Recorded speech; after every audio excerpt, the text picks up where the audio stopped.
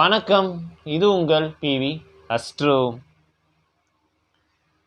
ஜாதக கட்டத்தில் 9 கிரகம், 12 ராசி, 27 நட்சத்திரம். இதில் 9 கிரகமும் சரி, 12 ராசியும் சரி, 27 நட்சத்திரமும் நன்மையானது தான். இது தோஷம் உள்ள நட்சத்திரம், இது தோஷம் இல்லாத நட்சத்திரம், இதுதான் நல்ல ராசி, இது கெட்ட ராசி அப்படின்லாம் ஒன்று கிடையவே கிடையாது. அப்படி இருந்து ஏன் சில பேர் வாழ்க்கை சிறப்பாக இருக்குது, பல பேர் வாழ்க்கை கஷ்டப்படக்கூடிய சூழ்நிலை கொடுக்கறதுக்கு காரணம் என்ன அப்படின்னா, அது அவங்க பிறந்திருக்கக்கூடிய லக்கணம், அந்த லக்கணத்துக்கு ஏற்ற கிரகநிலை. பொதுவாக கிரகநிலை அமைப்புன்றது வேற, அவங்க பிறந்திருக்கக்கூடிய லக்கணம்ன்ற அந்த உயிருக்கு அந்த கிரகநிலை சாதகமாக இருக்கா இல்லையான்றது தான் முக்கியம். அது சாதகமாக இல்லை அப்படின்னா கஷ்டப்படக்கூடிய சூழ்நிலை கொடுக்கும். நல்ல சாதகமான கிரகநிலை அமரப்பெற்றிருந்தால் நல்ல யோகமான வாக்கியத்தை பெற்று வாழக்கூடிய அம்சத்தையும் கொடுக்கும். சரி, இந்த வீடியோவில் ஒரு திருமணம் அம்சத்தை பற்றி தான் தெரிஞ்சுக்கலான்னு இருக்கும். அதாவது சில பேருக்கு இந்த திருமணம் அப்படின்றது வரன் பார்க்க ஆரம்பித்தோடனே ஒரு 3 மாதம் 6 மாதத்துல டக்குன்னு கிடச்சிரும். சில பேருக்கு 1 வருஷம் 2 வருஷம் ஆகும், சில பேருக்கு 5 வருஷம் ஆகும், சில பேருக்கு 10-12 வருஷம்லாம் ஆகும். அதாவது ஒரு 22-23 வயசில் ஒருத்தர் இப்போ வரன் பார்க்கணும்னா 35-38 வயசில் தான் திருமணம் ஆகக்கூடிய அம்சமெல்லாம் உண்டு. இது மாதிரி ரொம்ப நீண்ட காலம் கழித்து காலதாமதமான திருமணம் அப்படின்றது யாருக்கு அமையும், அவனோட கிரக அமைப்பு என்னவா இருக்கும், அவனுக்கு என்னென்ன ஸ்தான பலங்கள் எப்படி இருக்க வேண்டும் அப்படின்றதான் இந்த வீடியோவில் பார்க்கலான்னு இருக்கும். சரிங்களா? அதுக்கு ஃபஸ்ட்டு மெயினாக சொல்லக்கூடிய ஒரு காலதாமதமான திருமணம், லேட் மேரேஜ், சும்மா 1 வருஷம் 2 வருஷம்லாம் நான் சொல்ல வரல. ஒரு 10 வருஷம் 12 வருஷம், ஒரு 24-25 வயசில் ஒரு பையனுக்கு திருமண அம்சம் பார்த்தா 38-39 வயசில் திருமணம் நடக்கும். அந்த மாதிரி நடந்த நிறைய ஜாதகம் நான் பார்த்துருக்கேன். ஸோ அந்த மாதிரி ஏன் இவ்வளோ நீண்ட காலம் ரொம்ப லேட் மேரேஜ் ஆகும், அந்த திருமணம் வயசு அந்த இளமை பருவமே கடந்து அடுத்த ஸ்டேஜ் வரக்கூடிய தன்மையில் திருமணம் ஆகக்கூடிய அமைப்பு யாருக்கு அமைகிறது அப்படின்றத இந்த வீடியோவில் பார்க்கலாம். இதுக்கான ஸ்தான பலங்கள் என்ன அப்படின்னா ஒரு 3 விஷயம்தான். ஒன்று 3ஆம் இடம், 5ஆம் இடம், 7ஆம் இடம். இந்த 3 தான். 3ஆம் இடம் அப்படின்றதுனா என்ன? தைரிய வீரிய ஸ்தானம். 5ஆம் இடம் பூர்வ புண்ணிய புத்தரஸ்தானம். 7ஆம் இடம் கலஸ்தரஸ்தானம். சரி, இந்த 3 இடமும் பங்கப்பட்டிருந்தால், கெட்டு இருந்தால், அதனால் அதிபதிகள் வலிமை இல்லாமல் இருந்தால் இவங்களுக்கு திருமணம் காலதாமதமாக தான் ஆகும், லேட்டாக தான் ஆகும். இதில் எந்த சந்தேகமும் இல்லை. எப்படி இருக்கணும்? ஒரு 3ஆம் இடம், ஏன் இந்த 3, 5, 7 இந்த 3 இடத்த ஏன் சொன்னோம் அப்படின்றத ஃபஸ்ட்டு தெரிஞ்சுக்கலாம். 3ஆம் இடம் அப்படின்றது தைரிய வீரியஸ்தானம். நிறைய பேர் நம்ம சொல்ல அது தைரியத்தை சொல்லக்கூடியது, சகோதர தன்மையை சொல்லக்கூடிய இடம், கீர்த்தி ஸ்தானம், முயற்சி ஸ்தானம், வெற்றி ஸ்தானம், இதெல்லாம் தான் நம்ம சொல்லுவோம்.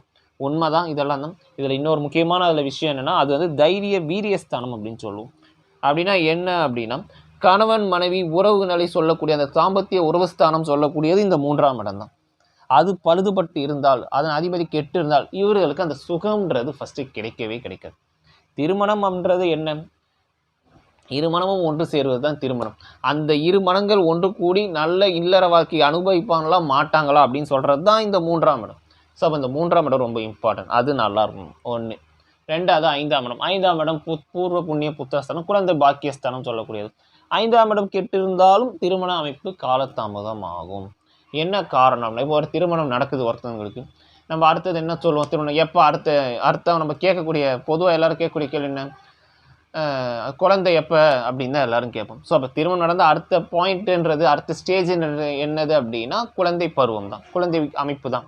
ஸோ அப்போ அந்த குழந்தை பாக்கியஸ்தானம் சொல்லி புத்திரஸ்தானம் வலிமை இறந்திருந்தாலும் திருமணம் காலதாமதமாகும். இது ஒரு பாயிண்ட். அடுத்தது லக்கணத்துக்கு 7ஆம் இடம். 7ஆம் இடம் ஆஸ் யூஷுவல் நம்ம எல்லாருக்கும் தெரிஞ்சதான் கலஸ்தரஸ்தானம், வாழ்க்கை துணையை சொல்லக்கூடிய இடம். வரக்கூடிய லைஃப் பார்ட்னர் எப்படி இருப்பாங்க, அவங்க நல்லா இருப்பாங்களா, கலராக இருப்பாங்களா, படிச்சிருப்பாங்களா, அமைதியாக இருப்பாங்களா, அவங்களோட இதை சொல்லக்கூடிய அந்த ஸ்தான பலம்ன்றது தான் 7ஆம் இடம். ஸோ இந்த 3 இடங்கள் வலிமை பெற்றிருந்தால் நிச்சயமாக உடனே திருமணம் நடந்துடும். இந்த 3 இடங்கள் வலிமை இழந்திருந்தால் காலதாமதமாக தான் செய்யும். சரி, இதை நம்ம எக்ஸாம்பிளுக்கு ஒரு ஜாதத்தை வச்சுப்போம். இது என்கிட்ட கன்சல்ட் பண்ண ஒருத்தரோட ஜாதகம் தான், அவரோட பர்மிஷன் கேட்டு தான் இந்த வீடியோ பர்மிஷன் கேட்டு தான் நம்ம ஒரு ஜாதகத்தை பப்ளிஷ் பண்ணுறோம். ஸோ ஸ்க்ரீனில் ஒரு ஜாதகம் வருது பாருங்கள். இது ஒரு ஆணோட ஜாதகட்டம். இவர் பிறந்திருப்பது தனுசு லக்னம். தனுசு லக்னத்துக்கு 2ஆம் இடத்தில் குரு, 5ஆம் இடத்தில் ராகு, 10ஆம் இடத்தில் செவ்வாய், 11ஆம் இடத்தில் சூரியன், சுக்கிரன், சந்திரன் மற்றும் கேது, 12ஆம் இடத்தில் சனி புதன். அட் ப்ரெசென்ட் இவருக்கு நடைமுறையில் சனி திசையில் புதன் புத்தி ஆரம்பிச்சிருக்கு, இப்போ தான் ஆரம்பித்து ஓடிட்டு இருக்கு. சரி, இவருக்கு இப்போ என்ன வயசாகுது அப்படின்னு பார்த்தீங்க அப்படின்னா 1985 பிறந்தார். கிட்டத்தட்ட 39 வயசாகுது. 38 முடிஞ்சு 39 ஓடிட்டு இருக்கு. இவருக்கு இன்னும் திருமணம்ன்றது நடக்கவே இல்லை. இவர் என்கிட்ட கன்சல்ட் பண்ணக்கான காரணமாக தான் திருமணம்ன்றது நடக்குமா, அதாவது பொதுவாகவே ஒரு ஜாதகத்தில் இல்லை, பொதுவாகவே நம்ம ஒரு லைஃப் ஸ்டைலில் திருமணம் வரன்னு பார்க்கும்போது நம்ம எல்லாமே என்ன கேட்போம்னா, வரக்கூடிய ஆணாக இருந்தாலும் சரி பெண்ணாக வரக்கூடிய வாழ்க்கைக்குள்ளேயே நல்லா அழகாக இருப்பாங்களா, படிச்சிருப்பாங்களா, வேலைக்கு போவாங்களா, வீட்டுக்கு அனுசரித்து போவாங்களா, இப்படின்னு தான் கேள்வி வரும். இதுவே ஒரு 6 மாதம் 1 வருஷம் லேட் ஆயிடுச்சுன்னு வச்சுங்களேன், வரவங்க எப்படிங்க கேரக்டர் எப்படின்னு கேட்போம். இதே ஒரு 2-3 வருஷம் கழிச்சிருச்சுன்னா கல்யாணம் ஆகுமா ஆகாதா அப்படின்ற கேள்வி தான் வரும். ஸோ இவருக்கு அப்படி இல்லை, 10 வருஷத்துக்கு மேலே ஆயிடுச்சு. ஸோ இவரோட கேட்ட கேள்வி அதான், வரக்கூடிய பொண்ணு நல்லா இருக்குமா நல்லா இருக்காது, கருப்போ செவப்போ, படிக்குமோ படிக்காதோ, வேலைக்கு போகுமோ போகாதோ, அந்த கேள்விக்கெலாம் அவர் வரல. திருமணம் ஆகுமா ஆகாதா, இதுதான் இவரோட கேள்வி. சரி, இவருக்கு ஏன் லேட் ஆயிடுச்சு, ஏன் இவ்வளோ காலத்தாமதம்கான காரணம் என்னன்னு பார்ப்போம். அப்புறம் இவருக்கு ஆகுமா ஆகாதான்னு பார்ப்போம். சரிங்களா? ஸோ ஃபர்ஸ்ட் ஆஃப் ஆல் இவர் நம்ம சொன்ன 3, 5, 7ஆம் இடங்கள் என்ன நிலையில் இருக்குது அப்படின்றது பாருங்கள். ஃபர்ஸ்ட் ஆஃப் ஆல் 7ஆம் இடத்தை பார்ப்போம். ஏன்னா 7ஆம் இடம் தான் கலஸ்தரஸ்தானம். ஃபஸ்ட்டு அது நல்லா இருக்கணும். 7ஆம் இடம் சொல்லக்கூடிய கலஸ்தரஸ்தானாதிபதி புதன் லக்கணத்து பாண்டில் மறைந்ததுன்றது சிறப்புங்க. இதில் டவுட்டே வேணும்.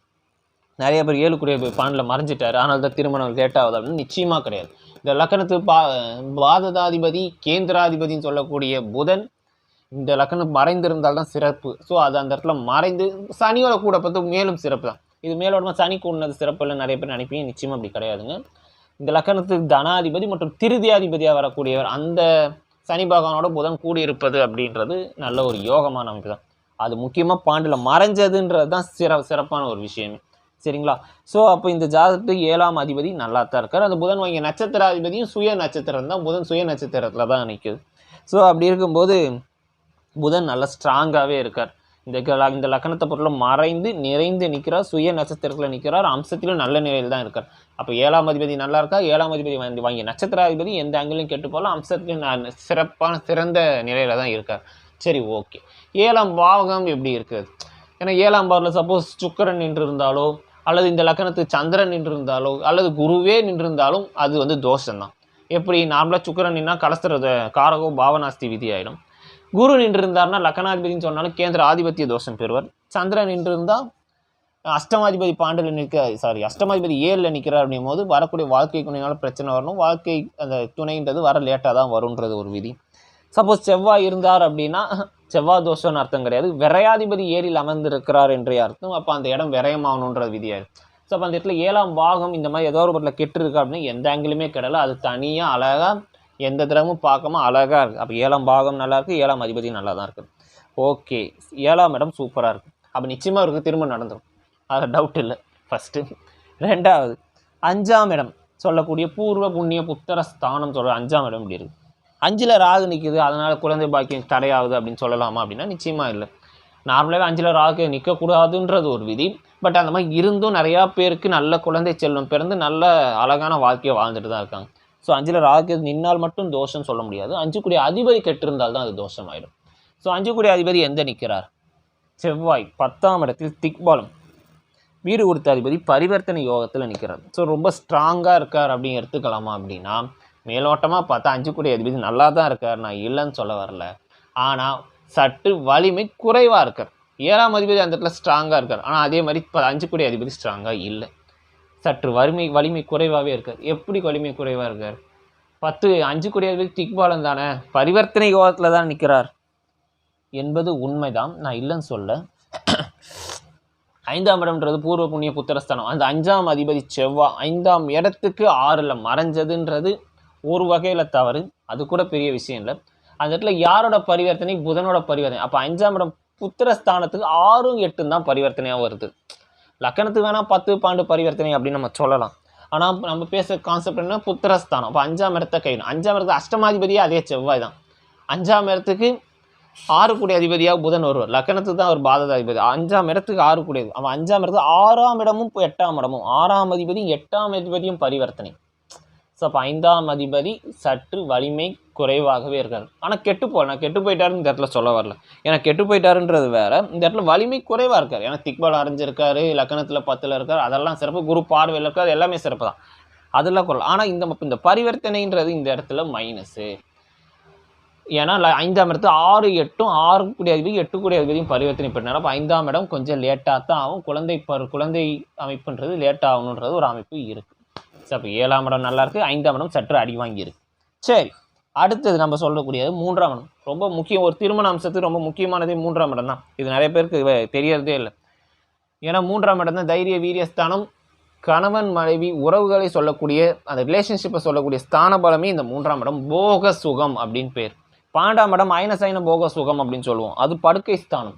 நம்ம தூக்கம் எப்படி தூங்குவோம் சொல்ல, அதுவும் ஒரு போக சுகம் தான். அதை விட இதுதான் ரொம்ப முக்கியமானது. 3ஆம் இடம் தாம்பத்திய உறவு ஸ்தானம் சொல்லக்கூடியது தான் 3ஆம் இடம் போக சுகம் சொல்லுவோம். சரிங்களா? அப்படி இருக்கும்போது அந்த 3ஆம் இடம் எப்படி இருக்கிறார்? 3ஆம் அதிபதினு சொல்லக்கூடிய சனி 12ல் மறைஞ்சிட்டார். கூட யார் நிற்கிறா? புதன் நிற்கிறார். சரி, அப்போ அதனால் -12ல் மறைஞ்சது சிறப்பு இல்லையா அப்படின்னா, 12ல் மறைந்ததுன்றது பெரிய தவறு இல்லை. மறைஞ்சது ஒரு வகையில் தவறுன்னு சொன்னாலும் அவர் வீட்டுக்கு அந்த 3ஆம் இடத்துக்கு 10ல் அந்த 3ஆம் இடத்துக்கு பஞ்சமாதிபதினு சொல்லக்கூடிய புதனோட தான் கூடப்பட்டு நிற்கிறார். ஸோ ஒரு வகையில் சிறப்பு. ஆனால் இந்த இடத்துல புதனுக்கு பஞ்சமாதிபத்தியமும் வரும், அஷ்டமாதிபத்தியமும் வரும் இந்த சனியோட புதன் கூடும்போது. ஏன்னா 3ஆம் இடம்ன்றது கும்பமனை. அப்போ கும்பமனைக்கு சனியே ஃபஸ்ட்டு விரையாதிபதியாகவும் வருவார், கும்பமனைக்கு அஷ்டமாதிபதியாகவும் வருவார் புதன், பஞ்சமாதிபதியாகவும் வருவார். அப்போ ரெண்டு ஆதிபத்தியம், 2 பேருமே மைனஸான ஆதிபத்தியம் இருக்குது. இந்த இடத்துல சுக்கிரன் கூடியிருந்தால் மட்டும், சனியோட சுக்கிரன் கூடியிருந்தாருன்னா அது இந்த மைனஸான ஆதிபத்தியம் எதுவுமே வேலை செய்யாது, யோகமான ஆதிபத்தியம் மட்டும்தான் வேலை செய்யும். ஆனால் இந்த இடத்துல அவர் கூடல வெறும் சனி புதன் காம்பினேஷன். ஆனால் இந்த இடத்துல புதனும் செவ்வாய் பரிவர்த்தனை மூலமாக தொடர்பில் இருக்காங்க. ஸோ அப்போ 3ஆம் இடம் போக சுகம்ன்றது புதன் கூடப்பட்டது ஒரு வகையில் ப்ளஸ். ஏன்னா 3ஆம் இடத்துக்கு பஞ்சமாதிபதியாக வருவார். அதே மாதிரி 3ஆம் இடத்துக்கு அஷ்டமாதிபதியாகவும் அந்த புதன் வரும். ஸோ ப்ளஸ் மைனஸ் கலந்து தான் அந்த இடத்துல. ஏன்னா சனியோட புதன் கூடுவது பெரிய தவறெல்லாம் கிடையாது. ஆனால் அந்த இடத்துல சுக்கிரன் கூடாதனால ஸோ ஒரு ஆவரேஜான ஒரு கான்செப்ட் தான். 3ஆம் இடத்துக்கு இன்னொரு ஆப்போசிட் பிளானட் யாருன்னா செவ்வாய் தான். ஏன்னா 3ஆம் இடத்துக்கு 3க்கு 3 கூடிய அதிபதியாக வரக்கூடிய அந்த செவ்வாய் புதனோட பரிவர்த்தனை பெற்றிருப்பதுன்றது அந்த இடத்துல சிறப்பு இல்லை. இருந்தாலும் சனியோட நேரடி தொடர்புலையும் அந்த செவ்வாய் வரல. ஸோ அதனால் அப்போ அந்த போக சுகம்ன்றது நல்லா இருக்குது, ஆனால் வலிமை இழந்து தான் இருக்குது, ரொம்ப ஸ்ட்ராங்காக இல்லை. லக்கணப்படியும் ஸ்தானபல ரீதியாகவும் 12ல் மறைஞ்சி அந்த இடத்துல புதனோட கூடி அப்போ 3ஆம் இடத்துக்கு அஷ்டமாதிபதியோட தொடர்பும் பெற்றிருக்கனால இவருக்கு அந்த போக சுகம்ன்றது லேட்டாக தான் கிடைக்கும். கிடைக்குமா கிடைக்காதா? நிச்சயமாக கிடைக்கும். ஏன்னா இந்த இடத்துல ஏன்னா சனி ப்ளஸ் புதன் மட்டும்தான் கூடி நிற்கிறாங்க. அந்த இடத்துல செவ்வாய் கூடி இருந்தான்னு வச்சுக்கோங்கள, ஈஸியாக சொல்லிட்டு போயிடல, ஒரு நிச்சயமாக திருமண அம்சமே இல்லை. எத்தனை திருமணம் நடந்தாலும் நிலைக்கவும் செய்யாது. திருமணம் ஆகுது ஆகாமல் போகிறதெல்லாம் வேறு, திருமணம் ஆனாலும் வாழ்க்கை சிறப்பாக வாழணும். அதுதான் நம்ம திருமணம் பண்ணி வைக்கிறதுக்கான காரணமே. ஸோ அப்போ இந்த இடத்துல இந்த சனி புதன் செவ்வாய் இங்கே 3 ஒன்று கூடி தான் நிச்சயமாக ஒரு திருமண அம்சமே கிடையாது. எத்தனை கல்யாணம் பண்ணாலும் நினைக்கவே நினைக்காது, ஈஸியாக சொல்லிட்டு போயிடலாம். ஆனால் இந்த இடத்துல அப்படி இல்லை. ஸோ செவ்வாய் நேரடி தொடர்பு பெறாதனால சனி புதனோட தொடர்பில் தான் இருக்கிறதுனாலையும் ஸோ நிச்சயமாக இவருக்கு திருமணம் நடக்கும். அந்த போக சுகம்ன்றதும் கிடைக்கும், புத்திர பாக்கியமும் கிடைக்கும், எல்லாமே கிடைக்கும். 7ஆம் இடம் கலஸ்தரசம் 100% நல்லா இருக்கும் காரணத்தினால நிச்சயமாக ஒரு திருமணம் நடக்கும். ஆனால் லேட்டாக நடக்கும்.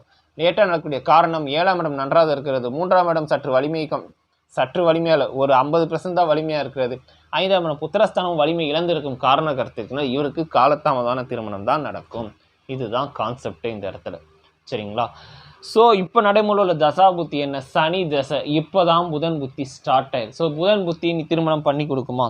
நிச்சயமாக பண்ணி கொடுக்கும். இவருக்கு இன்னும் சனி தசை புதன் இப்போ தான் ஆரம்பிச்சிருக்கு. ஸோ சனி திசையில் புதன் புத்தி, இந்த புதன் புத்தி முடியறதுக்குள்ளேயே நிச்சயமாக இவருக்கு திருமணம் அப்படின்றது ஒன்று கட்டாயம் அரங்கேற பெறும். இதுதான் விஷயமே இந்த ஜாதக கட்டத்துக்கு. சரிங்களா? சரி, திருமணம் ஆனால் குழந்தை பாக்கியம் அதுக்குள்ள எந்த குறையும் இருக்காது அப்படின்னா நிச்சயமாக இருக்காது.